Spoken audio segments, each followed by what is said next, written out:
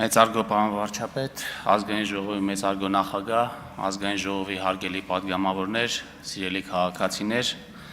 ձեզ եմ ներկայացնում 2025 թվականի բյուջեի կատարման մասին զեկույցը։ Այս հաշվետվության քննարկումն առանձնահատուկ նշանակություն ունի, քանի որ ներկայացնում է կառավարության հնգամյա գործունեության ամփոփիչ փուլում։ Այն հնարավորություն է ընձեռում ոչ միայն գնահատելու եւ արժեվորելու վերջին 5 տարիների ընթացքում իրականացված հետևողական աշխատանքը, այլև համակարգված կերպով արձանագրելու գրանցված արդյունքներն ու ձեռքբերումները, զարգացմանը միտված քաղաքականությունների արդյունավետությունը եւ դրանց ներդրման արդյունքում ձևավորված ինստիտուցիոնալ կարողություններն ու բարեկեցության կայուն հիմքերը։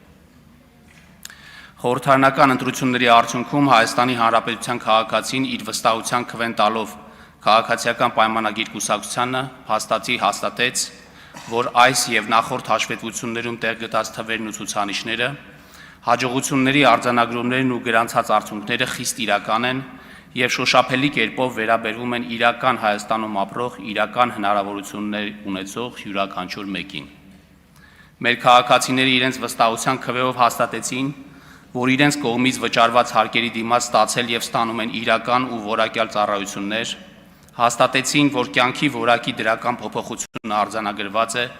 որ մրցակցային միջավայրերը հավասարակշիռ են եւ անվտանգ, հաստատեցին, որ բարեկարգվում են ճանապարհներն ու համայնքները,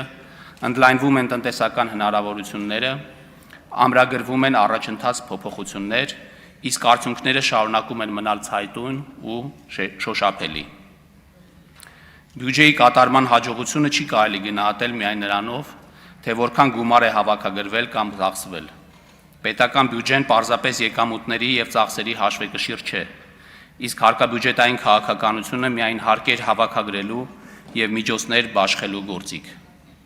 Բյուջեի կատարումը գնահատելիս կարևոր է հենց սա հասկանալ, կարևոր է եւս մեկ անգամ արձանագրել նպատակները, որոնք են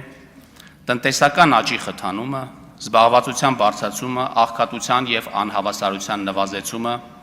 ֆինանսական կայունության ապահովումը եւ պատասխանատու կերպով հանրային ռեսուրսների կառավարումը։ Ուստի պետական բյուջեի կատարումը պետք է գնահատել մեկ հիմնական հարցի պատասխանով. արդյոք իրականացված քաղաքականությունը հանգեցրել է մարդկանց կյանքի որակի, տնտեսական հնարավորությունների եւ հանրային բարեկեցության իրական բարելավմանը։ Հաջորդիվ ներկայացվող մանրամասն թվերն ու ցուցանիշները կարծում եմ այս հարցի դրական պատասխանն ապահովում են։ Հերթով անդրադառնանք մեր արդյունքներին։ Հարգելի գործընկերներ, հեղափոխությունից հետո եւ հատկապես 2021-26 թվականներին Հայաստանի Հանրապետության առաջընթացը տպավորիչ է եւ նշանակալի։ 2025 թվականին ունեցել ենք 7.1% տնտեսական աճ, իսկ 2021-2025 թվականներին արձանագրել ենք միջինում 7.9% տնտեսական աճ։ Այս ընթացքում մեկ շնչին բաժին ընկնող հնան կրկնապատկվել է $4,750-ից հասնելով գրեթե $9,500 մակարդակին։ Տնտեսական աճին զուգընթաց զգալի փոփոխություններ են կատարվել նաև տնտեսության կառուցվածքում։ Ծառայությունների ոլորտը 2021 թվականի համեմատ իր դերը բարձրացրել է շուրջ 7%-ային կետով։ Տնտեսության կառուցվածքի վերաբերյալ քննադատական եւ թերահավատ մոտեցում ունեցողներին ուզում եմ հիշեցնել, որ մենք ունենք ծառայությունների արտահանման մեծ պոտենցիալ։ 2025 թվականին ծառայությունների արտահանումը հասել է հնայում շուրջ 21%-ի, 21 թվականի համեմատ բարձրանալով 8.2%-ային կետով։ Հատկանշական է, որ այս փոփոխության պատճառների առաջատարներից են եղել ֆինանսական եւ տեղեկատվական տեխնոլոգիաների ոլորտները, որոնք արտահանման մեծ պոտենցիալ ունեն։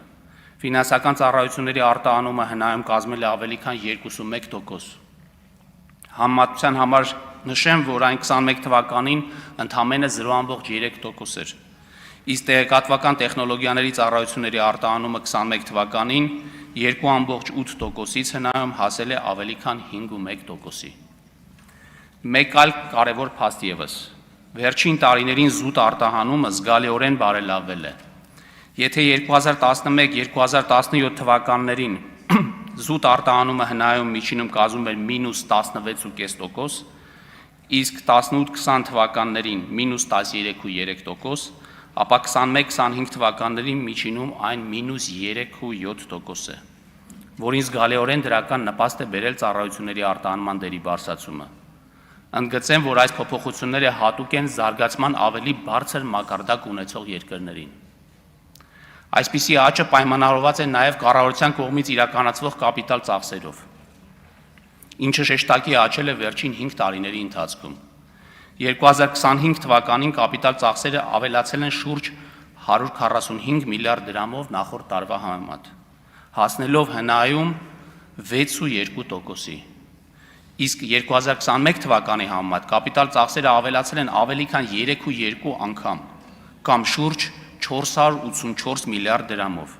հնայում շուրջ 3.1%-ային կետով։ Մենք փաստացի կրկնապատկել ենք կապիտալ ծախսերի դերը տնտեսությունում։ Հատկանշական է, որ տնտեսական կապիտալ ծախսերը 2021 թվականի համեմատ, սա ի նկատի ունեմ պաշտպանության նախարարության ծախսերը հանած, ավելացել են շուրջ 173 միլիարդ դրամով, իսկ հնայում մոտ 0.9%-ային կետով։ Կապիտալ ծախսերի աճին զուգահեռ ոչ միայն չի աճել ընթացիկ ծախսերի մասնաբաժինը, այլ հակառակը նվազել է 2021 թվականի 25.9% մակարդակից հասնելով 23%-ի։ Սա նշանակում է, որ մենք ավելի շատ ենք սկսել ներդրումներն ուղղել ապագային եւ ավելի քիչ ենք սպառում ներկայիս կարիքների համար։ Չնայած տարատեսակ ցնցումներին, որոնց ենթարկվեց մեր պետությունը նախորդող ժամանակահատվածում, մենք կարողացել ենք դեֆիցիտը պահպանել միջինում 3.2% մակարդակում։ Սա հնարավորություն տվեց մեզ կառավարության պարտքը կտրուկ նվազեցնել 60.2%-ից հասցնելով 47.2%-ի, որով զսպել ենք տոկոսային ծախսերի աճը եւ ստեղծել բավարար տարածք հետագա կտրուկ ցնցումներին դիմակայելու համար։ Այս արդյունքները հնարավոր են եղել ոչ միայն տնտեսական աճի,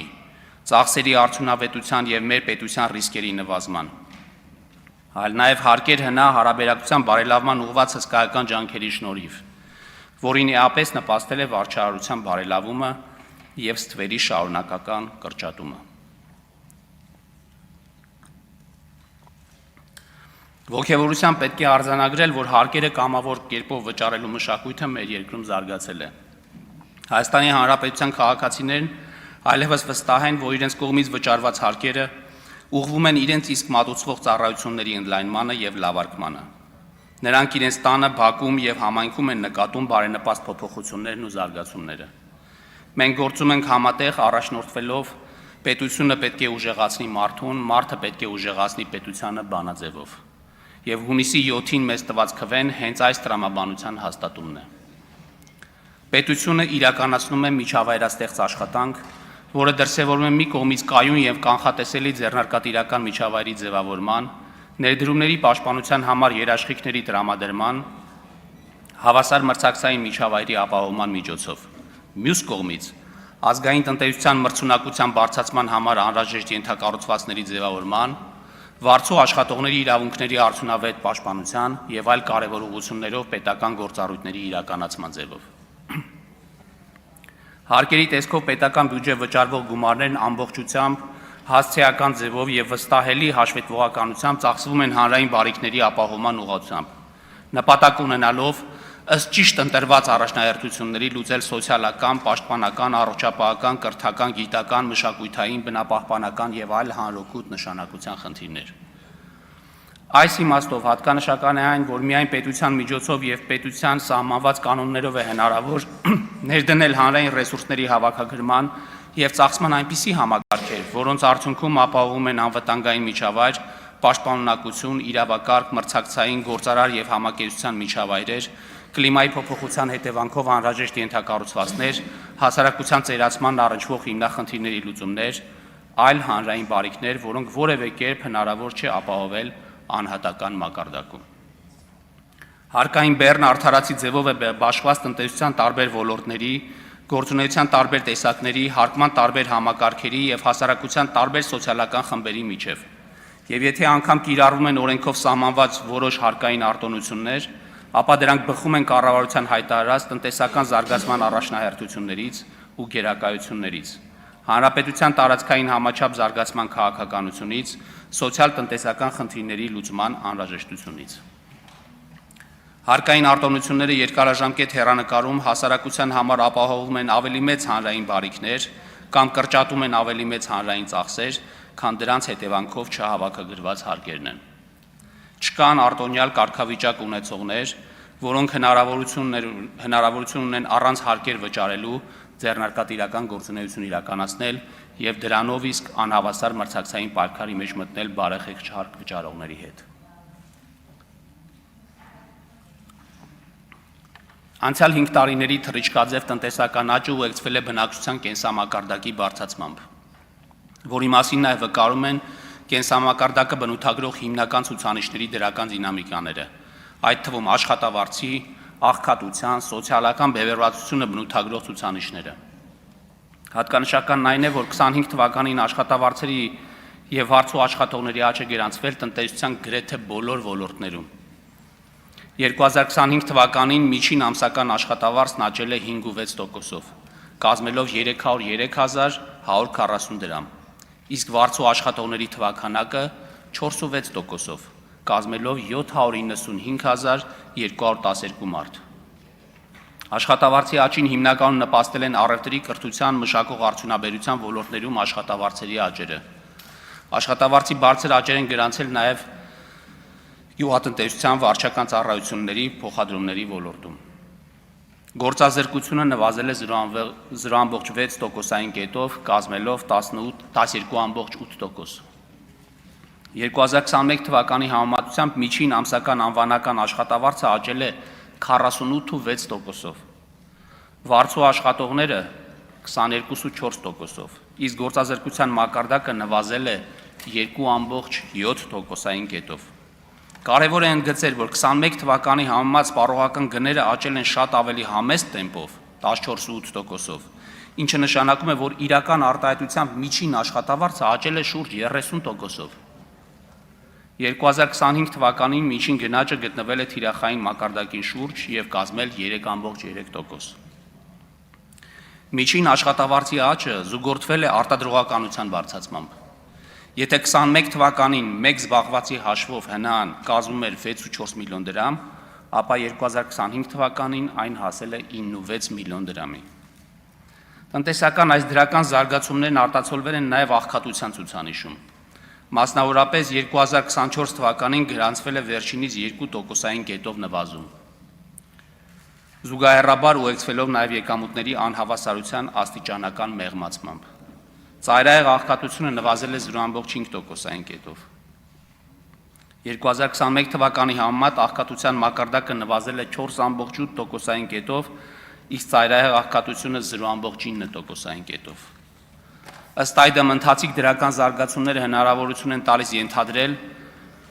որ աղքատության, անհավասարության նվազման միտումները կկրեն շարունակական բնույթ, իսկ մեր իրականացած քաղաքականությունները, այդ թվում առողջության համընդհանուր ապահովագրությունը, կենսաթոշակների բարձրացումը, մարդկային կապիտալի զարգացմանը եւ տնտեսական ենթակառուցվածքների բարելավման ուղղված միջոցառումները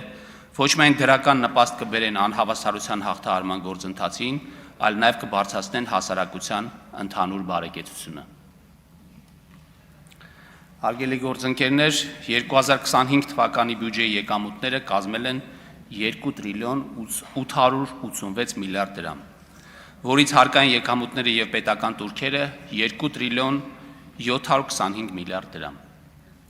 ինչը գերազանցել է նախորդ տարվա ցուցանիշը ավելի քան 334 միլիարդ դրամով։ Արդյունքում հարկեր ՀՆԱ ցուցանիշը կազմել է 24%, 24 թվականի 23.3-ի եւ 21 թվականի 23%-ի դիմաց։ Այս 5 տարիներից 3-ի ընթացքում հարկերի հավաքագրման տարեկան աճը կազմել է ավելի քան 300 միլիարդ դրամ։ Այսինքն ամեն տարի մենք ունեցել ենք հավելյալ 300 միլիարդ դրամ հարկային եկամուտներ։ Այսպիսի ցուցանիշ Հայաստանում նախկինում երբեք չի գրանցվել։ Այս արդյունքը ոչ միայն արդյունավետ վարչահարության, այլ նաև տնտեսության զարգացման եւ Հայաստանի Հանրապետությունում բիզնեսով զբաղվելու բարենպաստ միջավայրի ապահովման շնորհիվ է։ Բիզնես միջավայրի բարելավման մասին է վկայում այն հանգամանքը, որ վերջին 5 տարիների ընթացքում ակտիվ հարկ վճարող կազմակերպությունների թիվը աճել է ավելի քան 49,000-ով կամ 49.4%-ով։ Այդ թվում խոշոր կազմակերպությունների քանակը աճել է 34%-ով,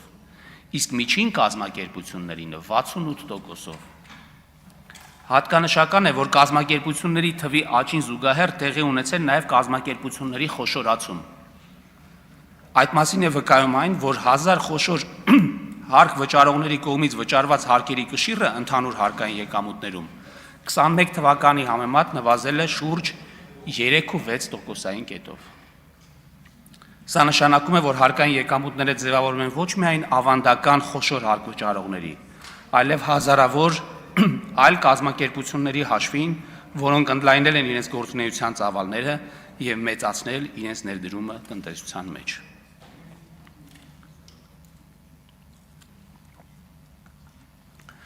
Կառավարության ծախսային քաղաքականությունը 2025 թվականին կրել է ռազմավարական բնույթ, շեշտադրելով անվտանգային կարողությունների հզորացումը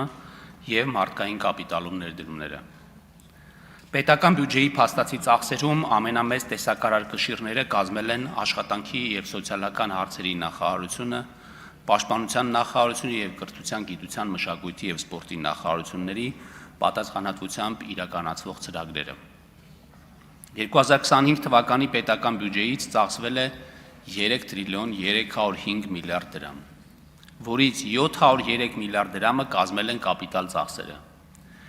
2025 թվականի ծախսերը ավելին են եղել 24 թվականից 350 միլիարդ դրամով, որից կապիտալի մասով շուրջ 145 միլիարդ դրամով։ Թույլ տվեք առանձին չներկայացնել ամեն մի նախարարության ծրագրերի կատարողականը, քանի որ առիթ ենք ունեցել հանձնաժողովներում մանրամասն քննարկումներ ունենալու եւ գործընկերներս առանձին ելույթներով հանդես են գալու ոլորտային հաշվետվություններով։ Այժմ պարտքի եւ դեֆիցիտի մասին։ Հարգելի գործընկերներ, կառավարության համար առաջնահերթ է պահպանել պարտքի բեռը 50%-ից ներքև շրջանակում։ Ավելին, առաջիկա տարիներին մեր նպատակն է լինելու պարտքի չափը նվազեցնել 45%-ից ներքև մակարդակի, ինչը հնարավորություն կտա պարտքի սպասարկման ծախսերը բյուջեի եկամուտներում 12.1%-ից նվազեցնել 10%-ի։ Սրանով ավելի մեծ տարածք ստեղծելով սոցիալական եւ մարդկային կապիտալի զարգացման ուղղված մեր նախաձեռնությունների համար։ 2025 թվականին կառավարության պարտք հնահացուցանիշը կազմել է 47.2%, նախորդ տարվա համեմատ նվազելով 0.5%-ային կետով։ Դա հնարավոր է դարձել պետական բյուջեի պակասուրդը չափավոր մակարդակում պահպանելու, ինչպես նաև մակրոտնտեսական կայուն միջավայր ձևավորելու շնորհիվ։ Պետական բյուջեի պակասուրդը կազմել է հնա 3.7%, պլանավորված 5.5%-ի փոխարեն։ Մյուս կողմից, կոորդինացված հարկաբյուջետային եւ դրամավարկային քաղաքականությունների ներքո տնտեսական աճը շարունակել է բարձր մնալ, գնաճը եւ փոխարժեքը կայուն լինել, ինչ արտացոլվել է նաեւ պարտքի մակարդակում։ Մյուս ոչ պակաս կարևոր ձեռքբերումը պարտքի կառուցվածքի շարունակող բարելավումն է, որի արդյունքում ներքի պարտքին կշիռը կառավարության պարտքում 25 թվականի վերջին հասել է 53%-ի, Հայաստանի ցուցանիշը մոտեցնելով դիմակայունության տեսանկյունից ավելի ընդունելի մակարդակի։ Հիշեցնեմ, որ այս ցուցանիշները 21 թվականին վերջի դրությամբ կազմել էր 29%։ Արգելի գործընկերներ, պարտքի ներգրավման գինը նվազել է։ 2025 թվականին տեղաբաշխված պետական պարտատոմսերի միջին կշռված եկամտաբերությունը կազմել է 9.2% կամ 0.6%-ային կետով ավելի ցածր, քան 24 թվականին։ 25 թվականին կառավարության վարկերի միջին կշռված տոկոսադրույքը նվազել է 0.3%-ային կետով։ Վերջին 4 տարիների ընթացքում առաջի անգամ պետական պարտքի գծով տոկոսավճարների բեռը հարաբերած եկամուտներին նվազել է։ Ուրախ եմ, որ պարտքի վերաբերյալ պսևդո վերլուծաբանների եւ դեղին մամուլի ահաբեկումները այլևս մեր հասարակության կողմից մեծ արձագանքի չեն արժանանում։ Պարտքի կառավարելիության հարցը այլևս քննարկման թեմա չէ, որովհետեւ ակնհայտ է, որ պարտքը կառավարվում է զգուշորեն, մեր հնա աճի տեմպերը գերազանցում են պարտքի աճի տեմպերին, ինչը նշանակում է նաեւ, որ պարտքով ստեղծվող երկարաժամկետ ակտիվների մեջ ներդրումն արդարացված է։ Հարկաբյուջետային քաղաքականությունից զատ կարևոր է քննարկել, թե բյուջետային համակարգը ինչպես է կատարելագործվում ապահովելու համար ծախսերի արդյունավետության շարունակական բարձրացումը եւ բյուջետային փաստաթղթի լիարժեքությունը։ Բյուջետային ցուցանիշների հետ մեկտեղ մենք լուրջ առաջընթաց ենք գրանցել կառավարման համակարգի արդիականացման գործում։ Հարկային վարչահարության ոլորտում ներդրվել է ֆիզիկական անձանց եկամուտների համընդհանուր հայտարարագրման համակարգը։ Թվայնացման շնորհիվ պարզեցվել են հարկ վճարողների մատուցող ծառայությունները, գործարկվել է EXIM էլեկտրոնային հարթակը եւ ինքնաշխատ ծանուցման համակարգերը։ Բյուջետային գործընթացում անցում է կատարվել ավելի երկարաժամկետ պլանավորման։ Միջնաժամկետ ծախսային ծրագիրը այժմ դիտարկվում է որպես 5-ամյա ռազմավարական մակարդակի փաստաթուղթ, իսկ բյուջեն ներկայացվում է եռամյա հեռանկարով։ Մենք նաև ընդլայնել ենք մասնակցային բյուջետավորման փորձը 21 համայնքներում, բարձրացնելով հանրային միջոցների օգտագործման թափանցիկությունը։ Հիշեցնեմ, որ 26 թվականին արդեն այդ համայնքների թիվը դարձել է 52։ 2025 թվականին առաջի անգամ կիրառվել է կապիտալ ծախսերի գծով 24 թվականին ստանձնած, սակայն չիրականացված պարտավորությունների հաջորդ տարի տեղափոխման մեխանիզմը։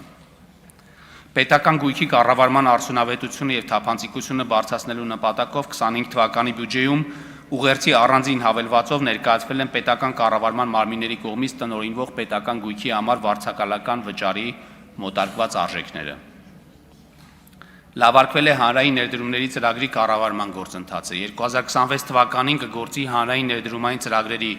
վերհանման, մշակման, գնահատման, առաջնահերթությունների որոշման,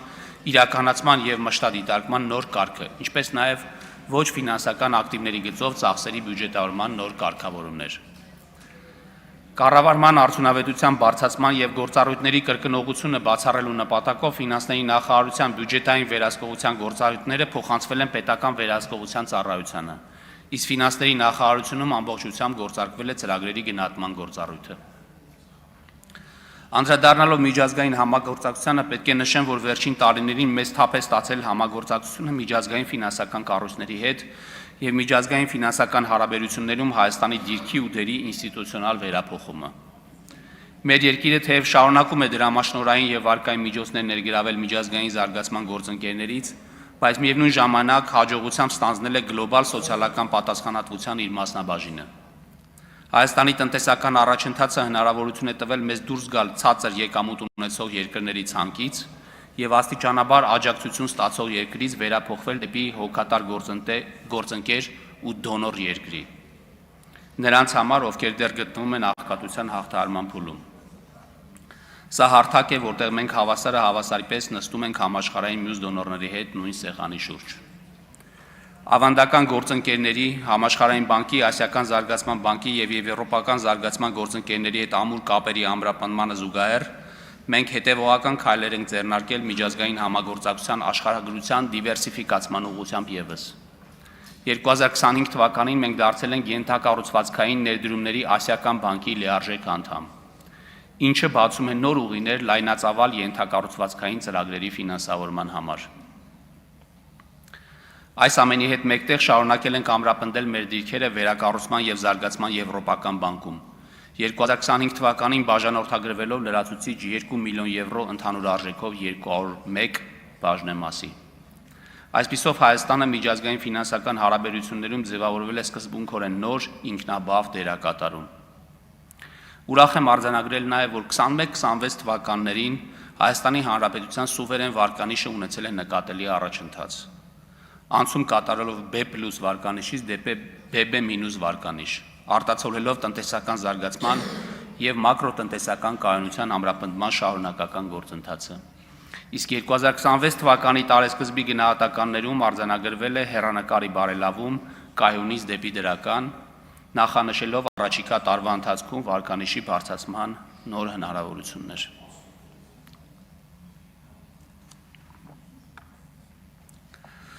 Հարգելի գործընկերներ, ամփոփելով 2025 թվականի բյուջեի կատարման զեկույցս կարող եմ վստահությամբ արձանագրել, որ գրանցել ենք նշանակալի առաջընթաց, փայլուն արդյունքներ եւ հասել որակական նոր մակարդակի։ Այս ընթացքում նորից եմ կրկնում, կրկնապատկվել է մեկ անձի հաշվով ՀՆԱ-ն, ընդլայնվել են հնարավորությունները եւ ամրապնդվել զարգացման հիմքերը։ Այս նոր մակարդակը իր հետ բնականաբար բերում է նոր պահանջներ եւ նոր պատասխանատվություն։ Միջազգային փորձը ցույց է տալիս, որ զարգացման որոշակի շեմ հաղթահարելուց հետո առաջ է գալիս միջին եկամտի թակարդը, անգլերեն ասած middle income trap։ Երբ աղքատություն հաղթահարած երկրները հայտնվելով միջին եկամուտ ունեցող երկրների շարքում դանդաղեցնում են աճը, հետագա վերելքը դարձնելով շատ բարդ։ Այս թակարդում չհայտնվելու համար մեզ անհրաժեշտ է պահպանել ձեռք բերածը եւ առաջիկայում կենտրոնանալ 3 հիմնական ուղղությունների վրա։ Կրթություն եւ մարդկային կապիտալի զարգացում, միջազգայնորեն մրցունակ տեխնոլոգիական եւ նորարարական միջավայրի ապահովում, արդյունավետ պետական կառավարում, որը խրախուսում է ձեռներեցությունը եւ ներդրումները։ Վստահ եմ, որ միասին գրանցած հաջողությունների եւ արդյունքների հիմքում մեր շարունակական ինքնակատարելագործումն ու զարգացումն է։ Եվ աշխատանքը հաջող ավարտելուց հետո հարցը. կարող էի արդյոք ավելի լավ անել գործս, որին հաջորդում է պատասխանը. ես նորից կփորձեմ, նոր կրթություն կստանամ, նոր կարողություն ձեռք կբերեմ, որպեսզի գրանցեմ կատարյալ արդյունքը։ Այս առաջնային գործելակերպը պետք է այսպիսի գերազանցությամբ պայմանավորված լինի։ Գերազանցությունը պետք է դառնա ապրելակերպ եւ աշխատելաոճ։ Ուրախ եմ, որ այնինչ ասում եմ արդեն տեղի ունենում մեր պետության բազմաթիվ անկյուններում։ Վստահ եմ, որ համատեղ քայլերով եւ ջանքերով է, որ Հայաստանի Հանրապետությունը առաջիկա 5 տարիներին գերազանցության նոր որակ է ամրագրելու։ Շնորհակալ եմ։ Հավանիչ տեսանյութը եւ բաժանորդագրվիչ նորությունները բաց չթողնելու համար։